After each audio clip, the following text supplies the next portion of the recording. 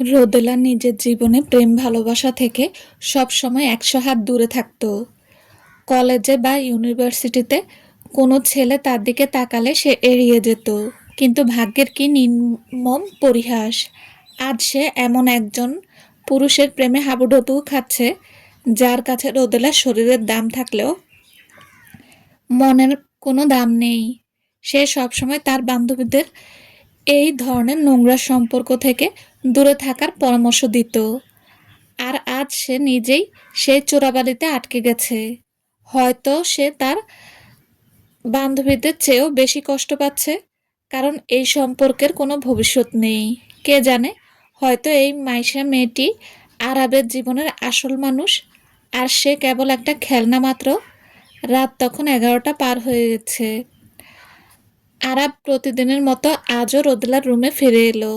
তবে আজকের রাতটা অন্য রাতের চেয়ে কিছুটা আলাদা ছিল। কারণ রোদেলা অন্য দিনের মতো ঘুমিয়ে থাকার ভান না করে বিছানায় সোজা হয়ে বসেছিল। এখনো ঘুমোসনি কেন? আরাব নিজের কোটটা খুলতে খুলতে জিজ্ঞেস করলো। আগামীকাল আমি একটু মার্কেটে যেতে চাই, কিছু কেনাকাটা করার আছে। আপনি কি আমাকে যাওয়ার অনুমতি দেবেন ভাইয়া? রোদেলা শান্ত গলায় বলল। আরাব নিজের তীক্ষ্ণ চাহনি দিয়ে রোদেলার মুখের দিকে তাকালো। সে যেন রোদেলার মনের উদ্দেশ্য বোঝার চেষ্টা করছিল।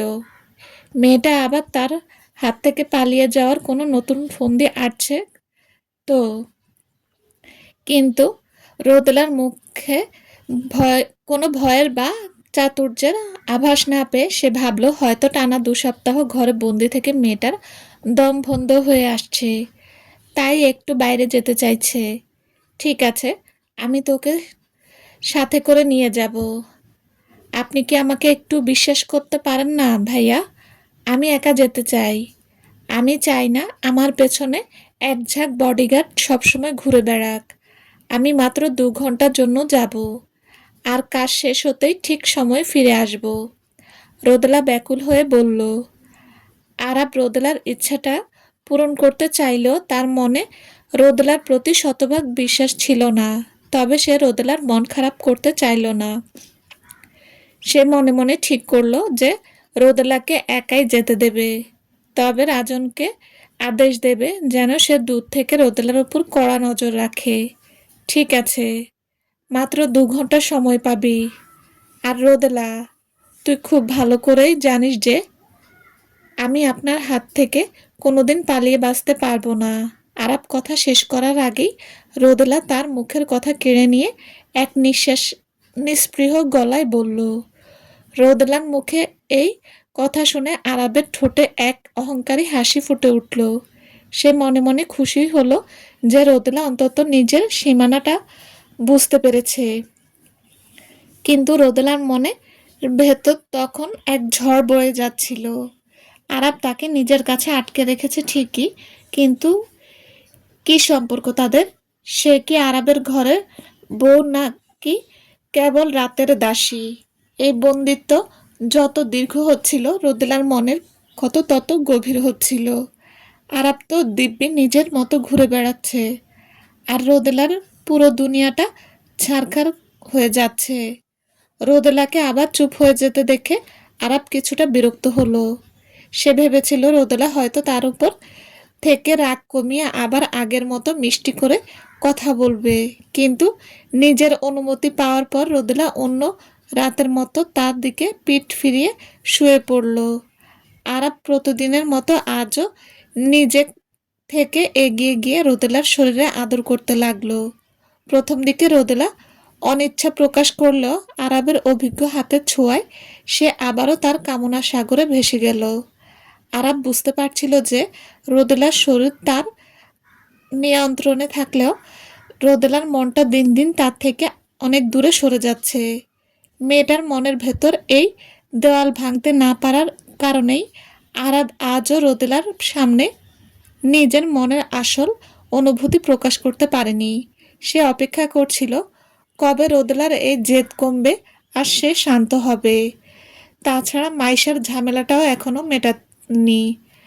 আরাবের বাবা হঠাৎ করে দেশ ছেড়ে চলে যাওয়ার পর থেকে কোনো যোগাযোগ করছে না, যার কারণে আরাব বুঝতে পারছিল না যে বুড়ো মানুষটা পর্দার আড়ালে নতুন করে কোনো চাল চালছে কিনা। পরের দিন দুপুরবেলা রোদেলা আরাবের কথা মতো শহরের একটি শপিং মলে এসে পৌঁছালো। আসলে তার কোনো কেনাকাটা করার বিন্দুমাত্র ইচ্ছা ছিল না। সে কেবল ওই দম বন্ধ করা হোটেলের ঘর থেকে কিছুক্ষণের জন্য মুক্তি চেয়েছিল। সে খুব ভালো করেই জানতো যে এখান থেকে পালিয়ে যাওয়ার কোনো পথ নেই, কারণ সে একা চললেও রাজন যে দূর থেকে ছায়ার মতো তার পিছনে পেছনে আসছে তা সে শপিং মলে কাচের দেওয়ালের রাজনের প্রতিবিম্ব দেখেই গিয়েছিল। তার দু বান্ধবীও জানতো না যে সে এই মুহূর্তে আরবের কবজায় আছে, কারণ সে বন্ধুদের অযথা দুশ্চিন্তায় ফেলতে চায়নি। তাই সে তাদের মিথ্যা বলেছিল যে সে নিজের দেশের বাড়িতে ফিরে গেছে।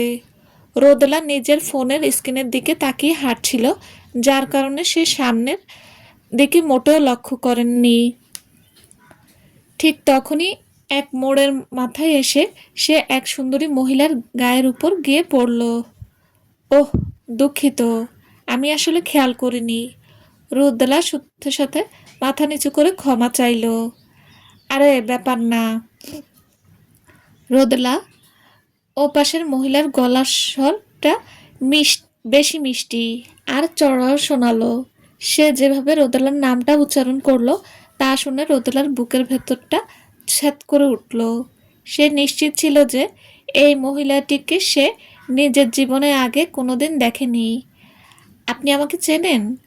রোদেলা অবাক হয়ে জিজ্ঞেস করলো। তোমাকে চিনব না মানে? আমরা দুজনে যে এই শহরে একই পুরুষকে ভাগ করে ব্যবহার করছি। রোদেলা মাইশা এক বাঁকা হাসি হেসে বলল। রোদেলার পায়ের নিচের মাটি যেন এক নিমিষেই সরে গেল। সে স্তব্ধ হয়ে গেল, সামনের মহিলাটির দিকে তাকিয়ে রইল। নিখুঁত মেকআপ করা মুখ, ধবধবে ফর্সা গায়ের রং আর চমৎকার ফিগার। বয়সে রোদেলার চেয়ে কিছুটা বড় হলেও দেখতে মোহময়ী। রোদেলার কেন যেন মনে হলো এই মুখটা সে আগে কোথাও দেখেছে, কিন্তু ঠিক মনে করতে পারছিল না। আপনি কি বলতে চাইছেন? আমি স্পষ্ট বুঝতে পারছি না। রোদেলা নিজের গলার স্বর শক্ত করে বলল। মাইশা নিজের চড়া লাল লিপস্টিক মাখানো ঠোঁট জোড়া প্রসারিত করে এক তাচ্ছিল্যের হাসি হাসল। রোদেলার বুঝতে বাকি রইল না যে এই হাসি তাকে অপমান করার জন্য দেওয়া হয়েছে। এখানে আর কি স্পষ্ট করব রোদেলা? ওহ, তুমি বোধহয় আমার আর আরব সম্পর্কে সরি ওহ তুমি বোধহয় আমার আর আরবের সম্পর্কে গভীরতা সম্পর্কে জানতে চাইছো, তাই না? আসলে মাইশা আজ বিন্দুমাত্র ভাবিনি যে রোদেলার সাথে তার এভাবে দেখা হয়ে যাবে। ভাগ্যে গো আজ পুরোপুরি মাইশার পক্ষে ছিল। সে নিজের একাকিত্ব কাটাতেই শপিং করতে এসেছিল, আর তখনই দূর থেকে রোদেলাকে একা হেঁটে যেতে দেখলো। আরবের ক্লাবের সেই অপমানের পর থেকে সে তককে তককে ছিল যে কবে রোদেলার সন্ধান পাবে।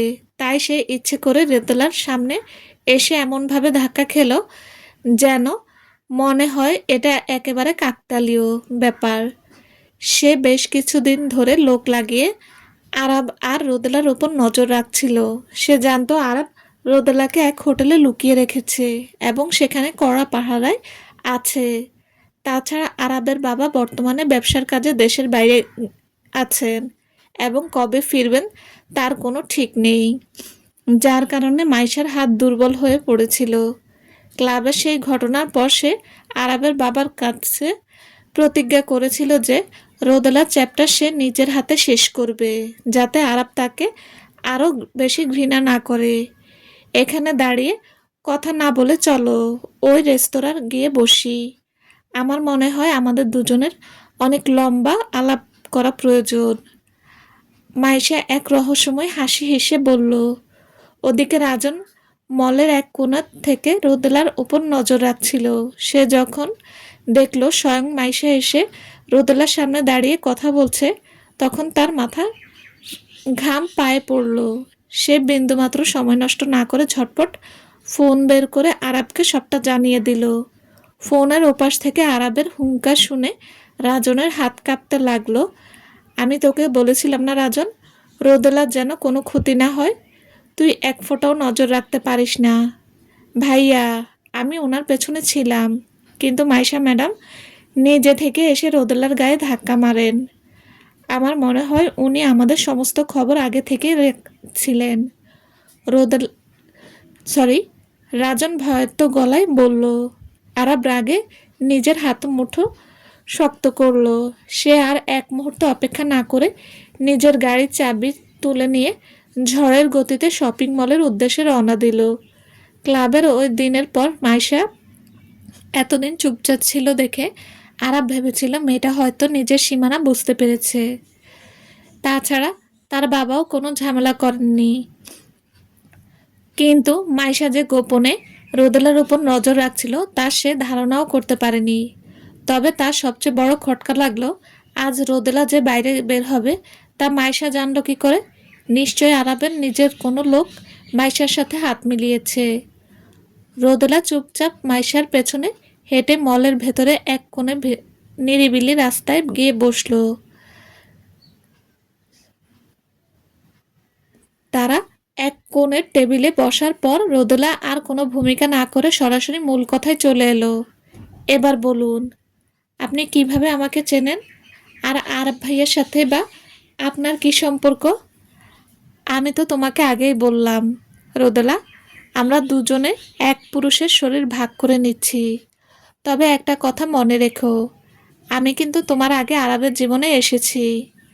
আমাদের সম্পর্ক অনেক পুরনো আর গভীর। মাইশা এক বিজয়ী হাসি হেসে বলল।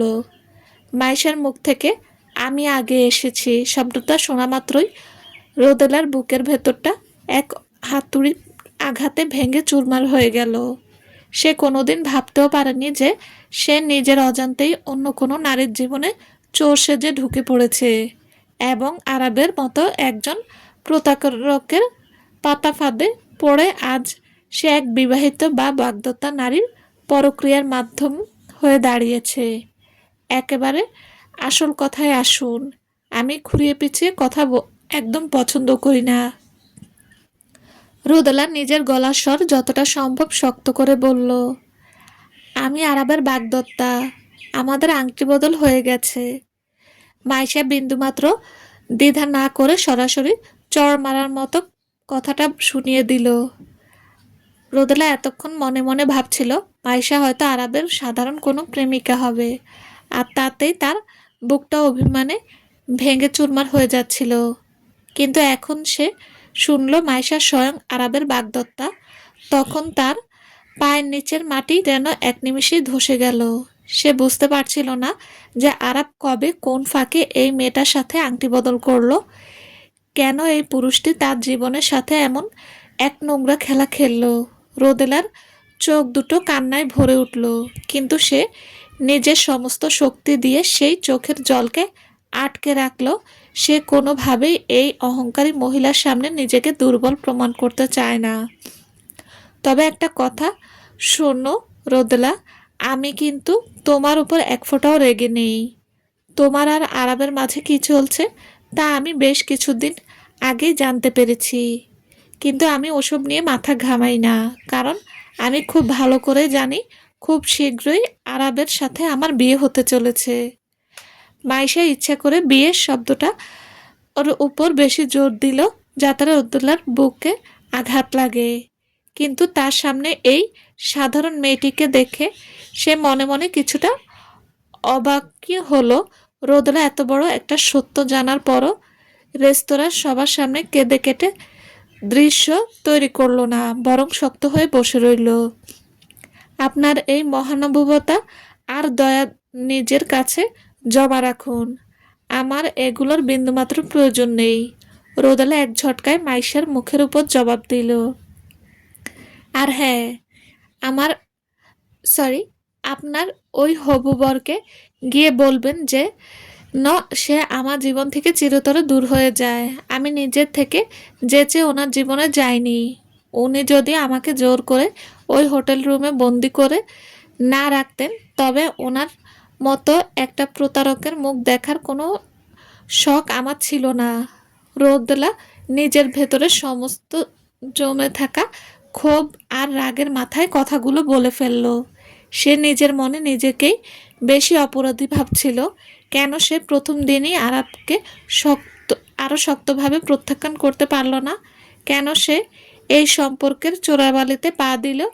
সে যদি প্রথম থেকে আরাবকে নিজের জীবন থেকে দূরে সরিয়ে রাখত, তবে আজ তাকে মনে মনে আরাবকে ভালোবেসে এভাবে প্রতিনিয়ত মরতে হতো না।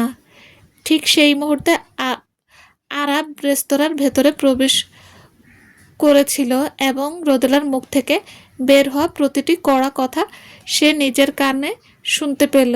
রোদেলা সেই নিস্পৃহ আর অনুভূতিহীন মুখের দিকে তাকিয়ে আরাবের পা দুটো যেন এক জায়গায় থমকে গেল।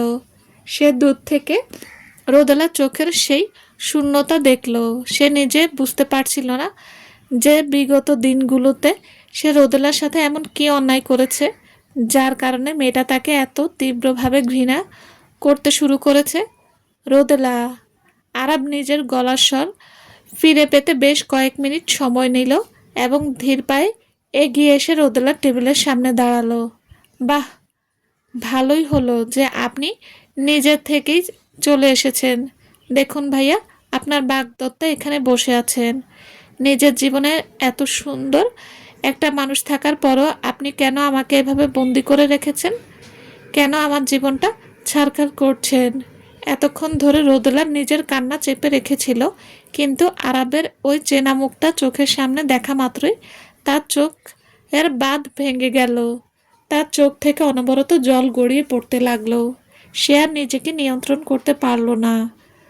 ওদিকে শপিং মলের রেস্তোরাঁয় দুজন চওড়া পুরুষ আর একজন সুন্দরীর মাঝে এমন উত্তেজিত হতে দেখে আশেপাশের টেবিলের মানুষজন তাদের দিকে হা করে তাকিয়ে কানাঘষা করতে লাগলো। চল রুমে ফিরে চল, ওখানে গিয়ে কথা হবে। আর মাইশা, তুমি এখন এখান থেকে বিদায় হও, আরাব গম্ভীর গলায় আদেশ দিলে। সে রোদেলার ছোট্ট হাতটা নিজের শক্ত মুঠোয় পুরে নিয়ে তাকে এক ঝটকায় চেয়ার থেকে দাঁড় করিয়ে দিল। রোদেলাও এবার আর আরাবের হাত থেকে নিজেকে ছাড়ানোর কোনো চেষ্টা করলো না, কারণ আশেপাশের মানুষের উৎসুক চাহনি দেখে সে লজ্জা পাচ্ছিল। সে যত দ্রুত সম্ভব এই জায়গা থেকে বেরিয়ে যেতে চাইল। তবে মনে মনে সে আরাবের প্রতি কিছুটা কৃতজ্ঞ হলো যে আরাব মাইশাকে ফেলে তাকে সাথে করে নিয়ে যাচ্ছে। আরাব যদি আজ মাইশার হাত ধরে চলে যেত, তবে রোদেলার মরে যাওয়া ছাড়া আর কোনো পথ থাকতো না। আরাব রোদেলাকে টেনে টেনে নিজের গায়ের ভেতরের সিটে বসিয়ে দিল এবং জোরে গায়ের দরজাটা আটকে দিল। এরপর সে নিজের ড্রাইভ সিটে বসে ঝড়ের গতিতে গাড়ি চালিয়ে হোটেলের দিকে রওনা হলো। পুরো রেস্তোরাঁ রোদেলা একটা কথাও পুরো রাস্তা রোদেলা একটা কথাও বললেন না। সে চুপচাপ জানালার বাইরে তাকিয়েছিল। তাদের মাঝখানে এক নীরবতা হোটেল রুমে ঢোকা পর্যন্ত বজায় ছিল। রুমে পা রাখা মাত্র রোদেলা আলমারি খুলে নিজের কাপড় চোপড় ব্যাগে ভরতে শুরু করলো। কোথায় যাচ্ছিস তুই?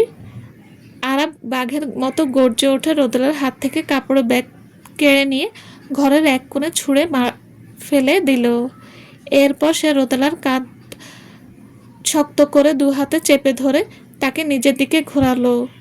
আমি চলে যাচ্ছি, দয়া করে আমাকে এবার মুক্তি দিন ভাইয়া। কে তোকে যেতে বলেছে? হ্যাঁ? রোদেলা নিজের শরীরের সমস্ত শক্তি এক জায়গায় করে আরাবের বুকে ওপরে এক ধাক্কা দিল। আরাব মোটেও প্রস্তুত ছিল না যে এই ছোট্ট মেয়েটি তাকে এভাবে ধাক্কা মারবে, তাই সে কিছুটা পিছনে হেলে গেল। সে হয়তো জানতো না যে একটা মেয়ে যখন নিজের আত্মসম্মানের জন্য লড়ে, তখন সে কতটা ভয়ঙ্কর হয়ে উঠতে পারে। আমি এখানে কি পরিচয়ে থাকবো ভাইয়া? আপনার আর আমার সম্পর্কটা আসলে কি? যে মেয়ে প্রতিদিন রাতে আমার বিছানা গরম করে, আমার বুকে ঘুমায়, তার সাথে আমার কি সম্পর্ক হতে পারে? হ্যাঁ, আমরা স্বামী স্ত্রীর মতো থাকি। এত কিছুর পরও তুই নিজের পরিচয় বুঝতে পারছিস না? আরাব রাগের মাথায় এক নোংরা কথা বলে বসল। রোদেলা চোখ দুটো রাগে ও অপমানে বড় বড় হয়ে গেল। আরাব তাকে কোনো ভালোবাসার মর্যাদা না দিয়ে কেবল বিছানার সঙ্গী হিসেবে এই নোংরা পরিচয় দিল। এর মানে সমাজের চোখে সে কেবল একজন মিস্ট্রিস ছাড়া আর কিছুই নয়। ছি, অনেক নোংরা আপনার মানসিকতা। আপনার বয়স তো হয়েছে ভাইয়া, তাও আপনার মাথায় এতটুকু বুদ্ধি নেই। আমি যদি প্রথম দিন জানতাম যে আপনার বাগদত্তা আছে, তবে আমি নিজের জীবন থাকতেও আপনার ছায়াও মারাতাম না। তুই আর কতবার এই এক কথা বলে আমাকে খোঁটা দিবি? রোদেলা, তুই আমাকে এতটা ঘৃণা করিস। আমি তোকে ভালোবেসে আগলে রাখতে চাইলাম, তাও তুই বুঝলি না। আর এখন যখন আমি নিজের রাগ দেখাচ্ছি, তখন তুই আমাকে আরও বেশি ঘৃণা করিস। আমি যাই করি না কেন, তোর কোনো কিছুতেই মন গলে না। হ্যাঁ, আমি এই কথাই বারবার বলবো যতক্ষণ না আপনি আমাকে ছেড়ে দিচ্ছেন। আমি আর কোনো নারীর সুখে আগুন দিয়ে আপনার জীবনে তৃতীয় কোনো ব্যক্তি হতে পারবো না। দয়া করে আমাকে যেতে দিন। আমাদের এই ভুল সম্পর্কটা অলরেডি অনেক দূরে চলে গেছে। রোদেলা কাঁদতে কাঁদতে বলল। আসলে সে মনে মনে এই সত্যটা জানত যে সে আরাবকে এতটা ভালোবেসে ফেলেছে যে এই জন্মে হয়তো আর তাকে ভুলতে পারবে না। আর এটাই তার জীবনের সবচেয়ে বড় দূরত্ব। আরাব রাগে নিজের দাঁতে দাঁত চাপলো। তার হাতের আঙ্গুলগুলো রোদেলার কাঁধের চামড়ার জোরে বসে যাচ্ছিল। তার ভেতরের পুরুষালী অহংকার তখন চূর্ণ বিচূর্ণ হয়ে যাচ্ছিল। কিসের তৃতীয় ব্যক্তি? হ্যাঁ, মাইশার সাথে আমার কোনো প্রেমের সম্পর্ক নেই রোদেলা। আমি নিজেও জানি না বাবা কবে আমাদের আংটি বদল করিয়েছেন। তুই কি আমাকে একটুখানি সময় দিবি না এই জটলাটা খোলার জন্য? বাদ দিন ওসব। মাইশা থাকুক আর না থাকুক, আমাদের দুজনের এবার আলাদা হয়ে যাওয়াই ভালো। আমি আপনার সাথে এই দম বন্ধ ঘরে আর থাকতে পারছি না। আমার দম বন্ধ হয়ে আসছে। বুঝতে পারছেন আপনি? আমার সাথে থাকতে তোর এত কষ্ট হয় রোদেলা? আরাব নিজের গলার স্বর একেবারে নিচু করে জিজ্ঞেস করলো। বল, জবাব দে। আমার ছোঁয়া কি তোকে এতটাই কষ্ট দেয়? হ্যাঁ, অনেক কষ্ট হয় আমার। রোদেলা নিজের মনের আসল অনুভূতিকে একেবারে চেপে রেখে এই মিথ্যা কথাটা বলল, কারণ সে জানতো এই একটি মাত্র কঠোর কথাই তাকে এই নরক থেকে মুক্তি দিতে পারে। যদিও এই কথাটা বলার সময় তার নিজের বুকের ভেতরটা হাজার টুকরো হয়ে ভেঙে যাচ্ছিল। আরাব এক দীর্ঘ নিঃশ্বাস ফেলল এবং রোদেলার কাঁধ থেকে নিজের হাত দুটো সরিয়ে নিল।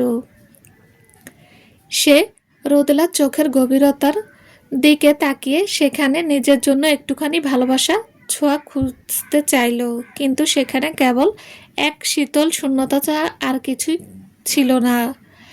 এই মেয়েটি সত্যি অনেক কঠিন। সে আরাবের মতো একজন ক্ষমতাশালী পুরুষকে এক নিমেষেই পাগল বানিয়ে দিতে পারে। আরাব নিজের মনে স্বীকার করতে বাধ্য হলো যে সে রোদেলাকে নিজের জীবনের চেয়েও বেশি ভালোবেসে ফেলেছে। রোদেলার মুখে দম বন্ধ হওয়ার কথা শুনে তার বুকের ভেতরটা ব্যথায় মুচড়ে উঠল। সে যখন দেখল রোদেলা আবার মেঝে থেকে নিজের ব্যাগটা তুলে নিয়ে কাপড় গোছাতে শুরু করেছে, তখন আরাব আর তাকে আটকানোর কোনো শক্তি নিজের ভেতর খুঁজে পেল না।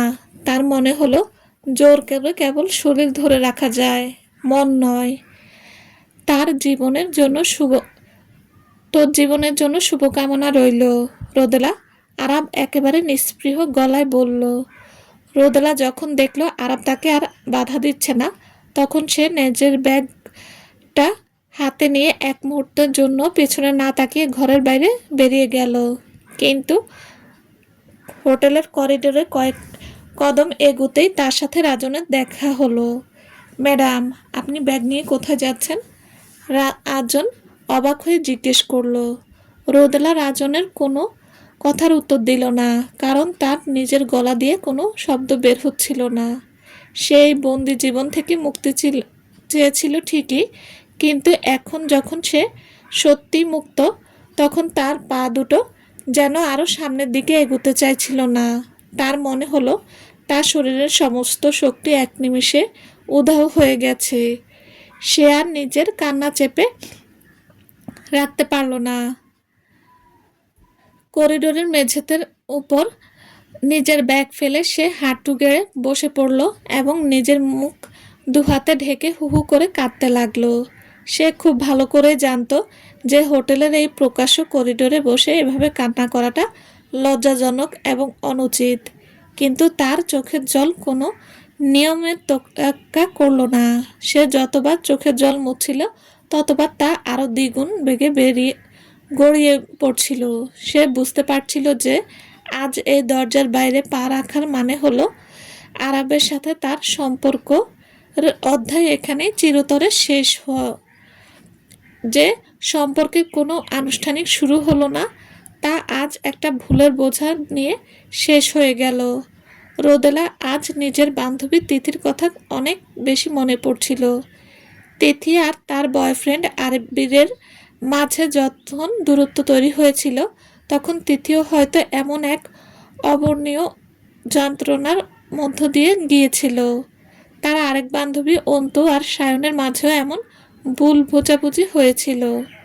রোদেলা সবসময় তার বান্ধবীদের বলতো যে পুরুষ সম্পর্কের কোনো নাম দিতে পারে না, তার থেকে দূরে থাকাই ভালো। কিন্তু আজ সে নিজেই সেই বান্ধবীদের চেয়েও বড় শাস্তির মুখোমুখি হয়েছে, কারণ আরাব তাকে কোনো মর্যাদা দেয়নি। ওইদিকে হোটেল রুমে ভেতর আরাব বসে নিজের মাথা ঠান্ডা করার আপ্রাণ চেষ্টা করছিল। সে বুঝতে পারছিল না যে কেন সে প্রথম দিনেই রোদেলাকে নিজের মনের ভালোবাসার কথা খুলে বলল না। সঠিক সময়ের জন্য অপেক্ষা করতে গিয়ে আজ তার পুরো দুনিয়ায় এভাবে ছারখার হয়ে গেল। সে নিজের মনে নিজেকেই কাপুরুষ ভাবছিল। রোদেলার প্রতি তার তীব্র আকুলতা আর তাকে হারিয়ে ফেলার ভয়টাই তাকে আজ এই নিষ্ঠুর পশুর মতো আচরণ করতে বাধ্য করেছিল। সে রোদেলাকে ভালোবাসার কথা বলতে চেয়েছিল, কিন্তু রোদেলার চোখের সেই তীব্র ঘৃণা দেখে সে নিজের মুখ খোলেনি। বিগত 1 মাস ধরে তাদের মাঝে কেবল চিৎকার আর অশান্তি ছাড়া আর কিছুই হয়নি। ভাইয়া। আরাব মাথা তুলে তাকালো। রাজন কখন যে রুমের ভেতর এসে দাঁড়িয়েছে সে টের পায়নি, আর এখন কোনো কিছুর প্রতি বিন্দুমাত্র মনোযোগ তার ছিল না। আপনি কি সত্যি ম্যাডামকে এভাবে চলে যেতে দেবেন? রাজন সাহস করে জিজ্ঞেস করলো। আরাব এক দীর্ঘশ্বাস ফেলে বলল, আমি যদি আজ ওকে জোর করে আটকে রাখি রাজন, তবে কেবল ওর শরীরটাই আমার কাছে থাকবে, ওর মনটা আমি কোনোদিন পাবো না। রোদেলা অনেক জেদি আর একরোখা মেয়ে।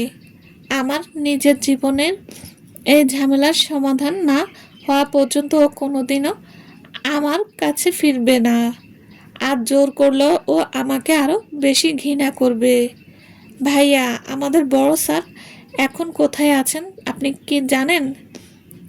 উনি ব্যবসার কাজে দেশের বাইরে গেছেন, কবে ফিরবেন তার কোনো ঠিক নেই। আরাব ক্লান্ত গলায় বলল। তার বাবা মাইশার সাথে এই আংটি বদল করিয়ে নিজের গা ঢাকা দিয়েছেন, যার কারণে আরাব এই সমস্যার কোনো সমাধান করতে পারছে না। আর এই সময়ের মাঝে সে রোদেলাকে চিরতরে হারিয়ে ফেলল। ভাইয়া, আপনি কেন ম্যাডামকে একেবারের জন্য নিজের মুখে বললেন না যে আপনি ওনাকে ভালোবাসেন? রাজন এই কথাটা বলার আগে নিজের মনে দ্বিধাদ্বন্দ্বে ছিল, কিন্তু আজ নিজের বসের এই করুণ অবস্থা দেখে সে আর চুপ থাকতে পারল না। সে বিগত দিনগুলোতে লক্ষ্য করেছে যে আরাব রোদেলার জন্য কতটা পাগল। তুই কি সত্যি মনে করিস রাজন আমি ভালোবাসার কথা বলে ও আমার কাছে থেকে যেত? আরাব এক বিষাক্ত হাসি হেসে জিজ্ঞেস করলো। হ্যাঁ ভাইয়া, ও থাকতো, কারণ আমি নিশ্চিত যে ম্যাডামও আপনাকে মনে মনে অনেক ভালোবাসে। রাজন দৃঢ় গলায় বলল। ভালোবাসা শব্দটা শোনা মাত্রই আরাবের বুকের ভেতরটা এক তীব্র আলোড়নে কেঁপে উঠল। সে রাজনের দিকে তাকিয়ে জিজ্ঞেস করলো, তুই কিভাবে এত নিশ্চিত হলি? আমি এই রুমে ঢোকার আগে দেখলাম ম্যাডাম করিডোরের মাঝের ওপর বসে করুণভাবে কাঁদছেন। উনি যদি আপনাকে ভালো নাই বাসতো তবে আপনার থেকে মুক্তি পেয়ে উনি এভাবে ভেঙে পড়তেন না। ভাইয়া, আপনাদের দুজনের এই দূরত্ব কেবল একে অপরের রাগ জেদ থেকে তৈরি হয়েছে। আপনিও নিজের মুখ খুলেন না, আর উনিও নিজের অভিমান ভাঙলেন না, যার কারণে আজ গল্পটা এভাবে শেষ হয়ে গেল। চলবে। আসসালামু আলাইকুম। গল্পটা কেমন হয়েছে প্লিজ প্লিজ জানাবেন। ভালো লাগলে প্লিজ একটা কমেন্ট করবেন। আল্লাহ হাফেজ।